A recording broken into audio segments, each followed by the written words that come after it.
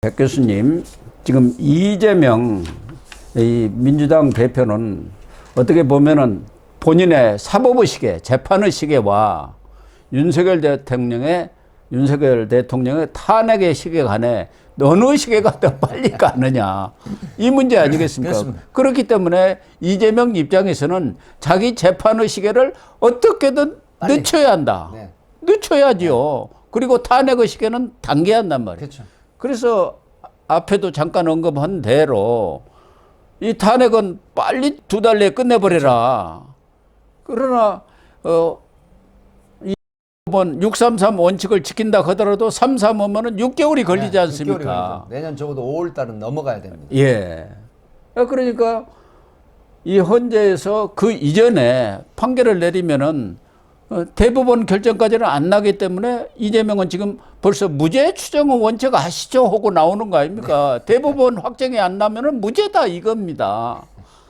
그래가지고 벌써 하고 있는 게 공직선거법 이 부분에 대해서 계속 지연 전략을 쓰고 있지 않습니까? 11월 15일 날 1심 판결이 났지 않습니까? 네. 근데 지금 시작도 안 하고 있지 않습니까? 왜 그래요? 뭐 사실은 이제 소송 시작을 알리는 전달을 지금 접수를 거부하고 있죠. 소송기록 접수 통지서. 네, 소송기록 접수 통지서 이걸 지금 전달을 받지 않는 상황입니다. 어쨌든 소송기록 이 전달 접수를 돼야 이게 이제 기일이라든가 여러 가지 속행을 할 수 있는 심리를 시작할 수 있는 계기가 되거든요. 그렇기 때문에 국힘에서는 사실 이 지연 전략에 따른 여러 가지 문제가 있다라고 해서 지금 뭐 주진우 의원 등 2명이 아마 소송 지휘권을 고법에다 제출한 걸로 이렇게 지금 알려지고 있지 않습니까? 그게 무슨 말입니까? 소송 지휘권이라는 건 뭐냐면 이제 정상적인 재판 기일 내에 재판을 속행하고 심리를 해서 결론을 내라고 하는 요구사항입니다. 예, 이 부분이 이제 관련 당사자가 할 수도 있고 제3의 그 사람이 할 수도 있지만 어쨌든 소송 지휘권이라고 하는 부분은 정해진 기일 내에 재판 심리 속행을 하고 그다음에 판결을 선고를 해라라고 하는 의미입니다. 그래서 이 소송 지휘권에 대한 탄원서를 지금 제출을 했거든요. 예. 그런데 이 민주당이나 이재명 대표 측에서는 지금 재판 소송 알리는 이 접수를 소위 말하면 접수를 안 해버리면 이게 접수가 되면서 시작을 돼야 되거든요.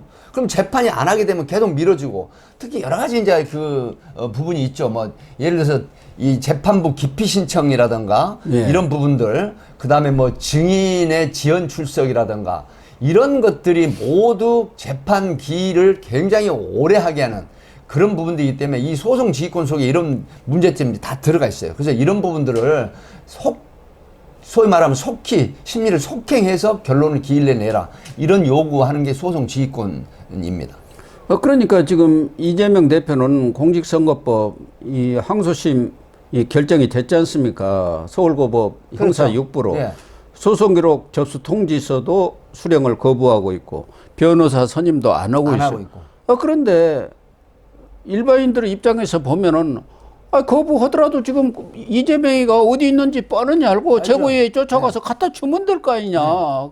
그거 아닙니까? 그러니까. 집단리를 동원하든가 아니면 정 변호인을 선임 안 하면은 재판부가 국선 변호인을 지정해서 국선 변호인 선임할 수 있습니다. 예, 그러니까요. 네. 그렇게 하면 되는 거 아니냐. 네. 그 얘기 아닌가요? 그러니까 소송 지휘권을 이게 이제 탄원서처럼 제출한 건 바로 말씀하신 것처럼 여러 가지 재판 지연 전략을 하지 말고 설령 변호사를 선임하지 않거나 그 다음에 이 여러 가지 형태의 지연 전략을 할 때 그거에 연연하지 말고 이 소위 말하면 심리를 속행하는, 그러니까 예를 들어서 국선 변호인을 지정을 해서 이 기일을 정해서 재판을 진행하는 이런 걸 해달라, 이런 요구사항이 담겨 있는 거죠. 과거 최강욱 전 의원도 이른바 폐문부재라는 거 아닙니까? 네. 문 닫아 걸어버리고 나 사람 없다 이렇게 해갖고 2달을 지연시켰던 거 아닙니까? 네.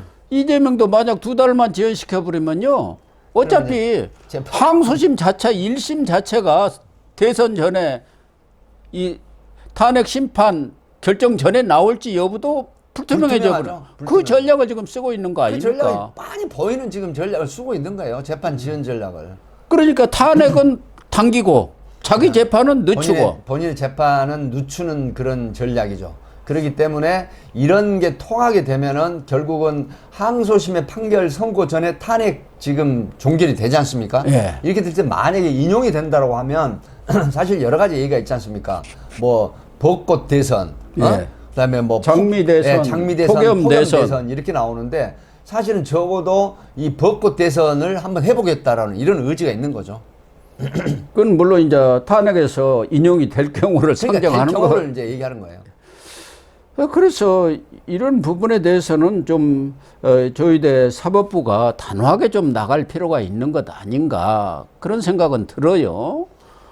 법에도 정해져 있고 조의대 대법원장도 633 원칙을 지켜라. 지키겠다. 특히 그 이 공직선거법. 경우뿐만 아니라 이제 지난 총선 선거법 재판들도 계속 시작될 거 아닙니까? 계속 이런 식으로 나가면 어떻게 633 원칙이 지켜지겠습니까?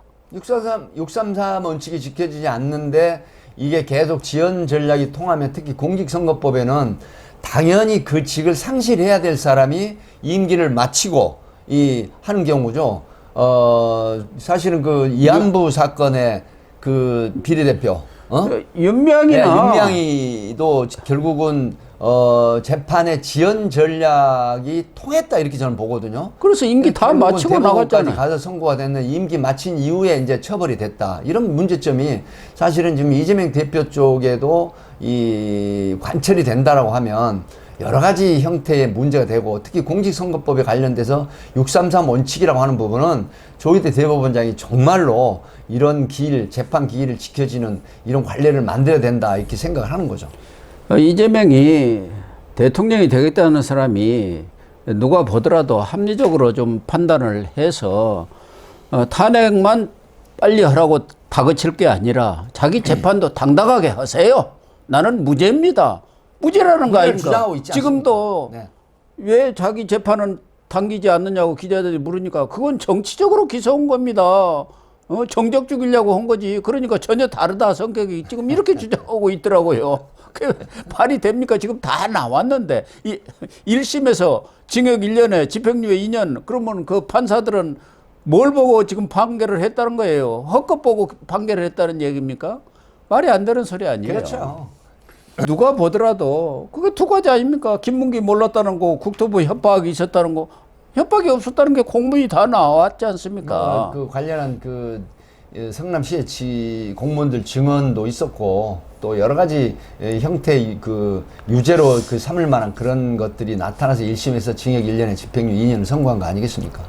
거기다가 이재명은 또 그 대북 송금 사건 지금 수원지법 형사 11부 여기도 지금 재판도 시작도 안 됐어요. 그렇죠. 그런데 벌써 재판부 기피 신청을 냈더라고. 거기 이제 부장판사가 신진우 부장판사 아닙니까?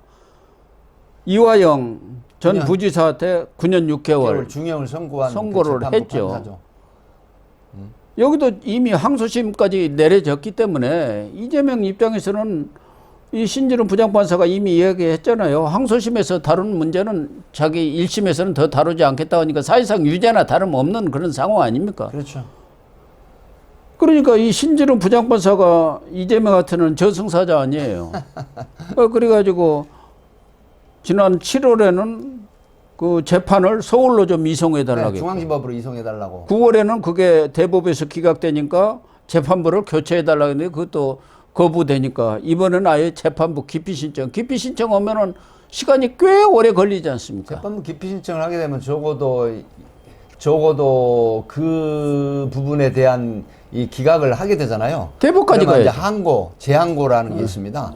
그래서 이 기피 신청을 기각하는 부분에 대한 재심을 해달라고 해서 이 항고를 하고 또 대법원에 재항고까지 하게 되면은 적어도 이 기간이 3, 4개월 이상 가버립니다.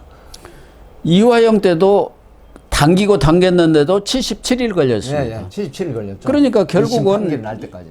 2, 3개월만 미루면은 신진우 부장판사가 원래는 올 2월에 인사인데 이화영 재판 끝내고 가라해가지고 정기 인사 이동에 들어가 있는 분이죠. 예, 그래갖고 1년 유예가 됐기 때문에 내년 2월까지만 가면은 신진우는 바뀐다 이런 계산하고 있는 거 아니겠습니까? 뭐 거의 이제 재판관 인사 이동에 들어가기 때문에 그 부분에 이제 인사이동을 안 하면은 아마 여러 가지 또 논란이 될 거예요. 뭐 예를 들어서 그 야당 대표의 재판을 담당하고 있는 사람을 관행이라든가 그다음에 정기 재판에 들어가 있음에도 불구하고 인사발령을 내지 않았으면 사법부의 어떤 그 외압이라든가 이런 게 침해된 게 아니냐 이렇게 지금 또 야권은 주장할 수가 있거든요. 그러니까 이재명으로서는 신진우 부장판사가 1심 판결을 아주 앞당겨서 조기에 내려볼 수도 있기 때문에 이렇게 지금 또 지연 전략을 쓰는 것 아니겠습니까? 뭐 뻔히 1심 판결이 또 나온다고 한다면은 설사 그게 뭐 대법까지 가려면 시간이 오래 걸리겠지만 그래도 이재명한테 미치는 이 악영향은 큰 거 아닙니까? 치명상이죠. 항소심에서 1심과 같은 중형이 만약에 선고된다라고 하면 그 직이라든가 선고권이 박탈이 되지 않습니까? 그렇기 때문에 뭐 사활을 걸고 이 부분에 대한 지연 전략을 할 걸로 그렇게 예상이 되고, 예를 들어서 이제 만약에 가설이지만 이 탄핵이 만약에 인용이 된다라고 했을 때 지금 대선에서 이제 만약에 승리한다고 하면 이제 여러 가지 논란이 또 있지 않습니까? 예. 이런 부분에 과연 이 대통령직을 유지할 때 기존에 진행되는 재판을 어떻게 할 것인가라고 하는데, 지금 미국의 트럼프 대통령 당선인에 대한 그런 선례가 지금 상당히 이제 야권에서는 먹혀 들어가고 있는 부분이 아니겠습니까? 예. 그렇죠. 이 부분에 대한 그 롤모델 삼아가지고 어떻게든 이재명 대표 쪽에서는 이 재판을 지연시키고 그다음에 탄핵을 앞당기는 이런 전략을 아마 강공 드라이브를 할 거다 이렇게 보는 거죠. 또 이재명 위정교사 이 재판부도 서울고법 형사 3부로 배당이 됐습니다. 16일 날. 여기가 부패 사건 전담부인데 이창영, 남기정, 유재민 3명의 부장판사 대등 재판부 네, 네. 아니겠습니까? 네.